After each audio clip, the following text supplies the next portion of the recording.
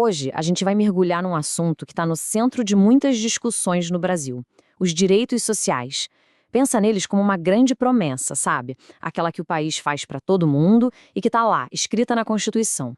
Só que, como a gente vai ver, entre o que está no papel e o que acontece na vida real, aí tem um campo de batalha bem interessante. E tudo começa com essa pergunta, que parece simples, mas define muita coisa.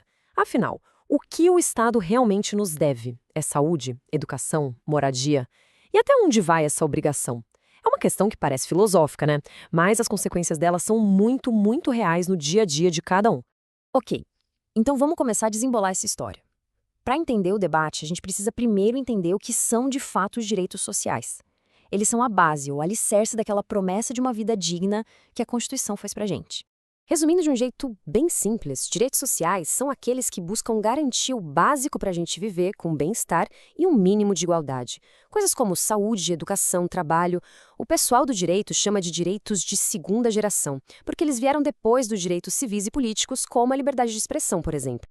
Agora, se liga nesse conceito aqui que é fundamental. O mínimo existencial. Pensa nele como se fosse o piso, sabe? A base absoluta que o Estado, em hipótese alguma, pode deixar de fornecer.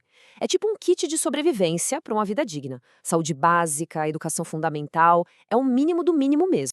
E para garantir que a gente não perca o que já conquistou, existe o princípio da proibição do retrocesso.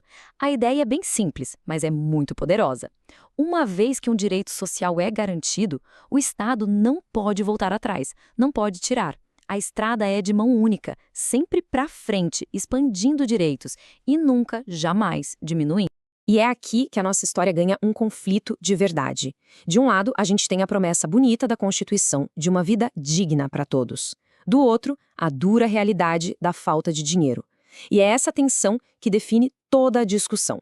O nome dessa realidade tem até um nome chique: reserva do possível. Basicamente é o argumento do Estado dizendo: olha, eu adoraria fazer tudo, mas só posso ir até onde o meu orçamento permite. Direitos custam dinheiro, né? E os recursos são limitados. Não dá para fazer tudo para todo mundo o tempo todo.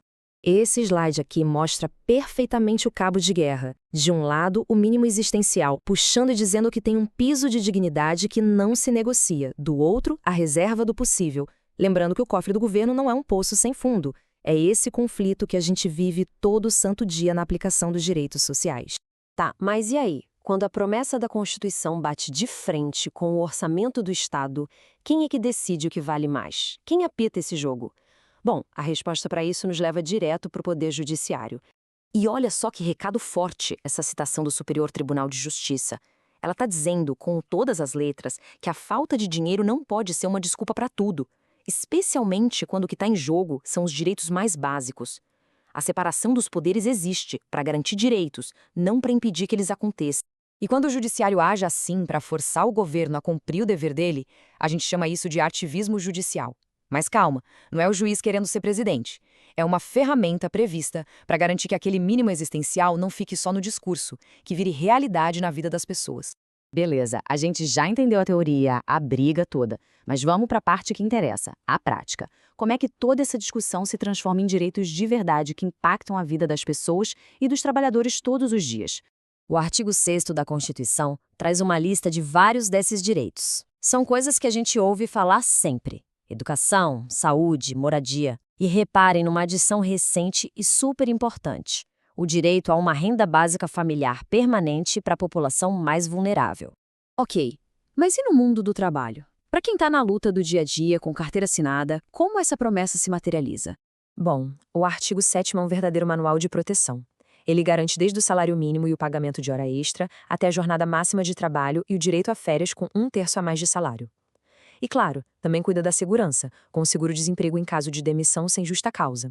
Só que aqui vem um ponto fundamental, e que muita gente não sabe. A promessa de direitos iguais não é tão igual assim para todo mundo. A própria fonte que a gente analisou destaca uma exceção bem importante: a dos trabalhadores domésticos. E esse quadro aqui deixa a diferença bem clara. Por exemplo, um direito como a participação nos lucros da empresa não se aplica aos trabalhadores domésticos. Outros, como o FGTS e o seguro-desemprego, até foram estendidos a eles, mas ainda dependem de regras específicas. Isso mostra que, mesmo dentro da Constituição, existem níveis diferentes de proteção. Então, como é que a gente amarra isso tudo?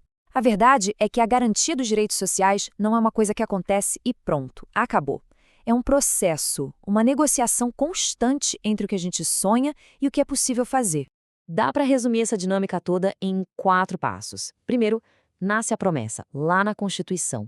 Segundo, o governo olha para o bolso, essa é a realidade. Terceiro, se o mínimo não for cumprido, o judiciário entra em campo como o árbitro. E no final, a sociedade inteira vive com o resultado, com o equilíbrio possível naquele momento. Um equilíbrio que está sempre mudando. E para fechar, fica uma provocação para a gente pensar. Se um direito que está escrito na lei depende de ter dinheiro em caixa para virar realidade, ele é de fato um direito garantido? Ou é só uma bela aspiração, uma meta que a gente um dia espera alcançar? Esse é o dilema central que continua a moldar o Brasil.